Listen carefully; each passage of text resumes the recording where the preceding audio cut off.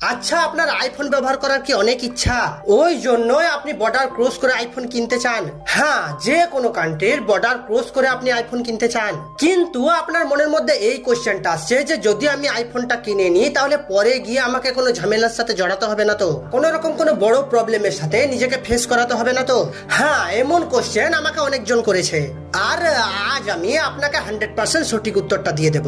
আর আজ যদি আপনি এই ভিডিওটা সম্পূর্ণভাবে দেখে নেন তাহলে আপনার মনের মধ্যে কোনো রকম কোনো কোশ্চেন থাকবে না, এবং তার সাথে আপনাকে আর কখনো কোনো রকম কোনো ভিডিও দেখার দরকার পড়বে না। কিন্তু তার আগে আমি আপনার ভাইয়ের মতো হয়ে আপনার কাছে অনেক বড় একটা রিকোয়েস্ট করছি, আপনি যদি প্রথমবার এসে থাকেন তো প্লিজ একটা সাবস্ক্রাইব করে যাবেন, কারণ আপনার সাহায্যটা আমার অনেক দরকার। তাহলে এবার আপনাকে বলি, এই বিষয়টার ব্যাপারে আপনাকে কিছু ডিপলি বুঝতে হবে। দেখুন, যে চোর সে আপনার আমার কেন, সে ডিএসপির কথা শুনবে না। সে চুরি করবে এবং চুরি করার জন্য ধরা পড়ে সে জেলে যাবে। জেল থেকে বেরিয়ে এসে আবার সে চুরি করবে, কারণ তার কাজটাই হচ্ছে চুরি করা।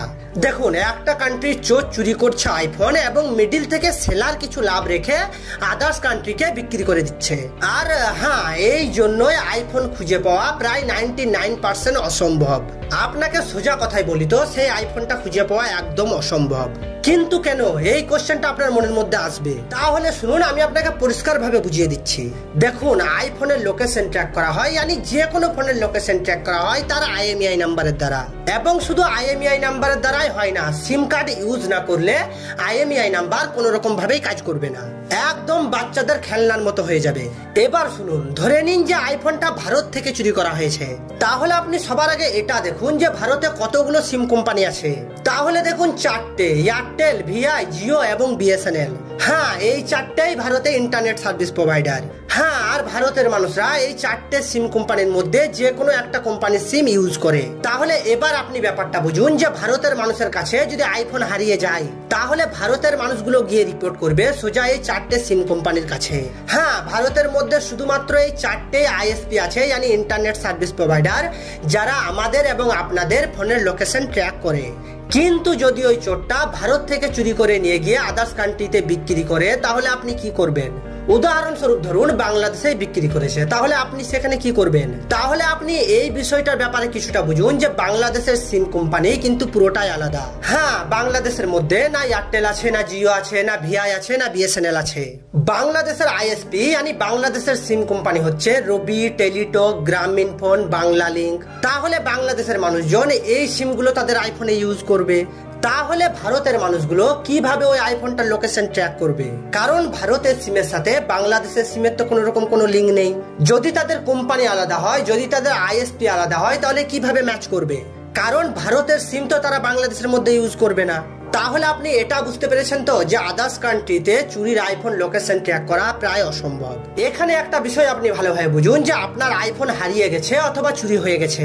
এমন কেস আপনি যদি কখনো থানায় গিয়ে দেখেন তাহলে দেখবেন যে লাখ লাখ পেন্ডিং এ পড়ে আছে। যদিও আইফোন একটা হাই সিকিউরিটি ফোন, কারণ আইফোনকে হ্যাক করা প্রায় অসম্ভব। কিন্তু যদি আমি আপনাকে এই জেনারেশনে হাই সিকিউরিটির কথা বলি তাহলে কিন্তু কিছুই না। কিন্তু আপনি আইফোনকে হাই সিকিউরিটি বলতে পারেন, কিন্তু সেটা ততক্ষণ যতক্ষণ সেটা নিজের কাছে থাকবে। আইফোন হাই সিকিউরিটি ফোন তখন যখন, আমি আপনাকে একটা উদাহরণ দিই। ধরে নিন আমি একটা আইফোন কিনেছি আর বলছি যে দেখ আইফোন অনেক হাই সিকিউরিটি উইথ ফোন, কিন্তু সেটা ততক্ষণ হাই সিকিউরিটি থাকবে যতক্ষণ আমার কাছে থাকবে। কিন্তু যদি কেউ চুরি করে নেয় তাহলে তার সমস্ত সিকিউরিটি সমুদ্রে ভাসিয়ে দেবে, কারণ আপনার আইফোনটা ঠিক তার কাছে যাবে যে ওমন আইফোন জন্ম দেওয়ার ক্ষমতা রাখে। হ্যাঁ, সেটা হচ্ছে যে সব কিছু চেঞ্জ করে আপনার ফোনটাকে আবার বিক্রি করে দেবে। কিন্তু এবার একটা কথা আসছে যে আপনি যদি আপনার ন্যায্য টাকা দিয়ে এই বহুমূল্যের আইফোন কেনেন তাহলে কিন্তু আপনি সেটা ব্যবহার করতে পারবেন সেপারেট কান্ট্রিতে।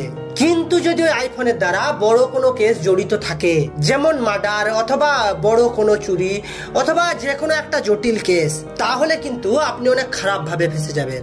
সেক্ষেত্রে পুলিশ কিন্তু আপনাকে মাটির তলা থেকে মাটি খুঁড়ে বের করবে। হ্যাঁ, আপনার টাকা যাবে এবং আপনি জেলেও যাবেন। তাই আপনাকে বলি, এমন ফোন না কেনাটাই আপনার জন্য ভালো হবে, কারণ আপনি তো জানেন না যে কোন ফোনটার দ্বারা চুরি করা হয়েছে এবং কোন ফোনটার দ্বারা মার্ডার করা হয়েছে। তাই দেখুন, চোর তো আমার কথা শুনে চুরি করা বন্ধ করবে না, কিন্তু আপনি যদি এই ভিডিওটা দেখছেন তাহলে সতর্ক থাকুন। হ্যাঁ, আপনি তো এডুকেটেড পারসন, আপনি তো আমার কথা বুঝবেন, আপনি আপনার ভালোর জন্য সতর্ক থাকবেন। মাথায় রাখবেন যে আপনি আইফোন কিনে মহান হয়ে যাবেন না। যদি আপনার টাকা থাকে তাহলে আপনি সৎ টাকায় নতুন কিনুন। মনে আছে তো যে লোভেই পাপ, আর পাপ কাউকে ডিসকাউন্ট দেয় না।